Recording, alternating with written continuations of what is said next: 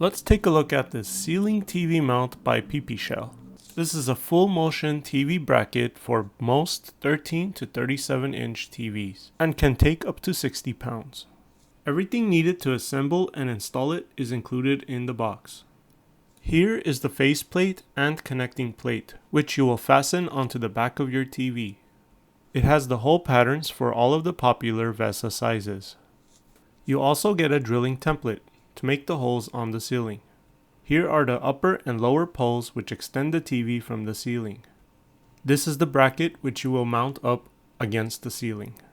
And here are all the included hardware you'll need to assemble and install this.